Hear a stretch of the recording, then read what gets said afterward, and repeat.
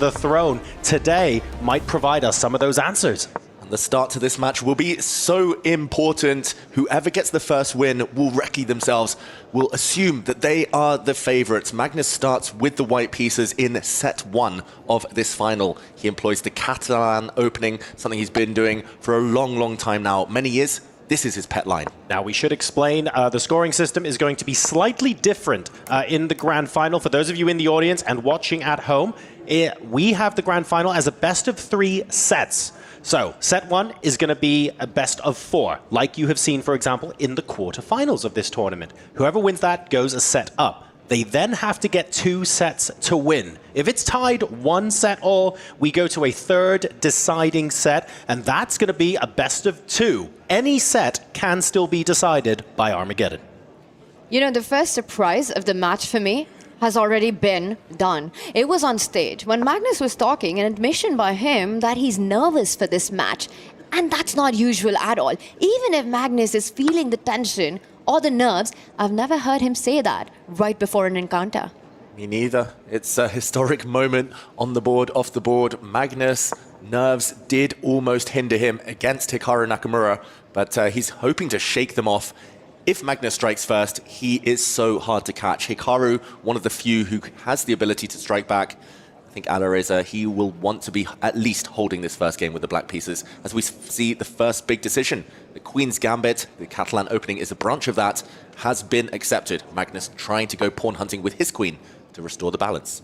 E5, D5 being played now. We've seen a similar position with lots of tension in the center. We now have the pawns being pushed next to each other. Still a very similar position to one we've seen many times in the Esports World Cup, but we're going to start seeing some subtleties now, some nuanced differences.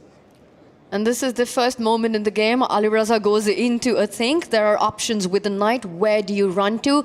3 squares that I've seen play on in the board. You could move it forward to d4, b4, or retreat to e7, trying to get the knight to the other side of the board. And the one chosen by Alireza, an aggressive one, getting the knight to b4, disconnecting the white queen, saying, you know what? You'll still have to sweat to recapture that pawn. A very ambitious opening play from Alireza Fruja, met by equally ambitious play by Magnus Carlsen. This is a deflection tactic. The black dart-squared bishop caught in 2 minds now. It can take the white knight that's just jumped and captured on e5, but it would come at the cost of black's knight on the b4 square. We see that one is a bit loose right now, and Magnus forcing Alireza to think for the first real time in this game. If we get an early time advantage on the clock in game number 1 of set 1, that's going to be fantastic. And what a move. It's tactics galore, double exclamation mark landing. The black knight might have been doomed anyway. He was trying to throw it away for the highest price possible. The white knight was also attacked. That one has jumped back, and we see Magnus's screen, the red there, showing his pre-move. Knights leaving the board. The dust is settling. It's still level material. Who will that little melee have favored? And it comes down to the pawn structure one more time, right? Pawns are the soul of chess. And here we see with everything else equal, is going to be the attack on that c3 weakness that Magnus has, but in return has opened up certain lines for his rook. Let's point out that beautiful bishop on g2, eyeing the b7 weakness. Once the rook slides over to b1, Magnus is going to try to get into Alireza's camp. So now we're in a situation, both sides, of course, have the bishop pair. They're jostling for position, trying to improve the positions of their pieces. The queen ducking away from the d-file as well, so that it's not forced with tempo. If white decides to put a rook on the d-file, for example, white would obviously like black to take the bishop on e3 so that the recapture with the knight could be possible and starts to improve the position there. But otherwise, the real difference here does come down to pawn structure, and we do see white with those 2 isolated pawns on the A and C line. Not a problem at the moment, but that could be a longer-term weakness. Definitely. And in the meantime, Magnus looking very calm on the camera. He talked about nerves, but his heart rate is down at 66. Let's take a note of everyone's baseline here. Alireza started the game with a decently high heart rate. It's gone up to almost 100 already. It's a huge, momentous occasion. Who will come out on top? Magnus improving his rook in the meantime. It's his type of position. It's very technical. No big attacks on either side's king. Mutually, kind of lots to be excited about. Alireza with Magnus's weak pawns, but Magnus with his active pieces. And I like that last move. You were speaking about active pieces. Alireza blunts that bishop on g2 with c6. And right now, Magnus offers his trademark queen trade. Every single player on the planet must think not twice, but 5 times before getting queens off the board against Magnus. It's interesting, isn't it? Because typically you think, okay, queens off the board, that means there are fewer dynamics in the position to play with. There's the possibility of easier draws in the game compared to when queens are on. Yet Magnus is very happy to do that every single time and find small and subtle ways to get the wins despite this. It's absolutely incredible, and that's probably the reason why Firouzja is moving the queen away. I love it. It only took him under 20 seconds to decide whether to take the queens off the board or to keep them on. Alireza, he sticks true to his guns, playing to his style. He's a very attacking player, needs the queens. And he's playing against Magnus's bigger strength, the endgame. Take the queens off there, improve the white pawn chain, and you are suffering for the rest of this encounter. Alireza wants to go hunting for Magnus's king. The black queen standing on the edge of the board. Will this threat be blocked? Will she run away? And there we go. The bishop jumps out. That's a pawn sacrifice. Magnus grabs on b7, but Alireza will restore the material balance now. And in a big way, right? Because you end up putting your queen on those light squares.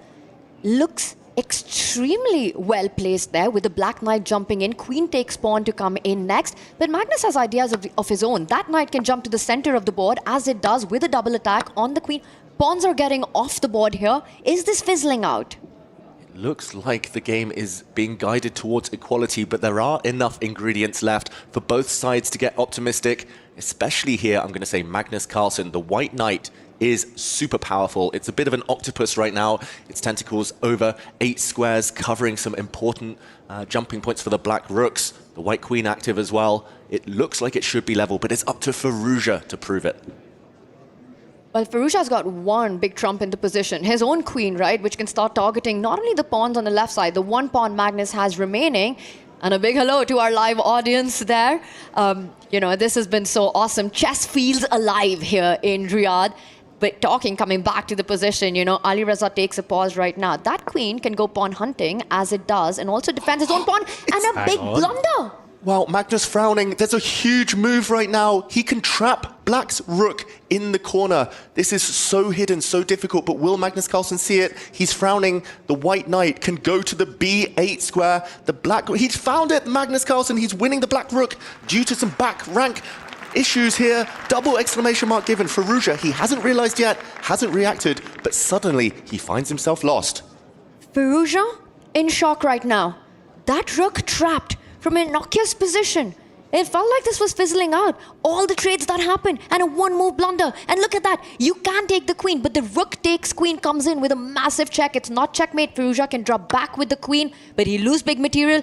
Magnus Carlsen with a winning advantage here. That is unbelievable. And out of nowhere, we have an incredible tactic. And suddenly, this is all Magnus Carlsen in game number 1.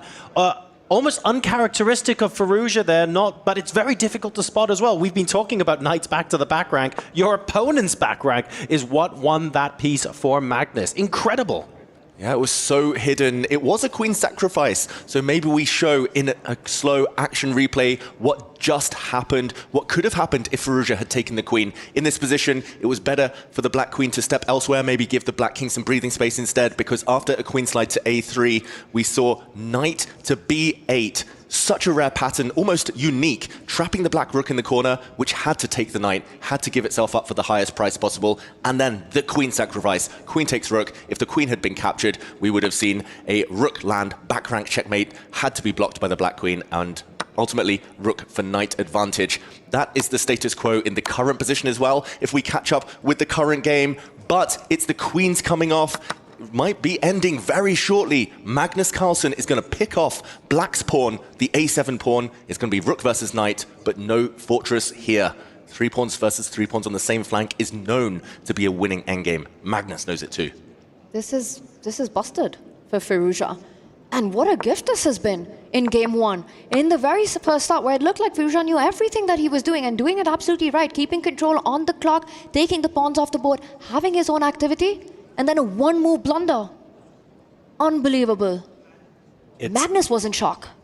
It's out of nowhere. And while That's unbelievably shocking. At the same time, how many times have we said it's come out of nowhere when we're commentating a game involving Magnus Carlsen? He generates these opportunities. He generates his own luck. It's incredible that that's happened. Now we need to look at the reaction of Firouzja. He knows that this first game is probably a loss. However, what can he do about it? What does his mentality look like?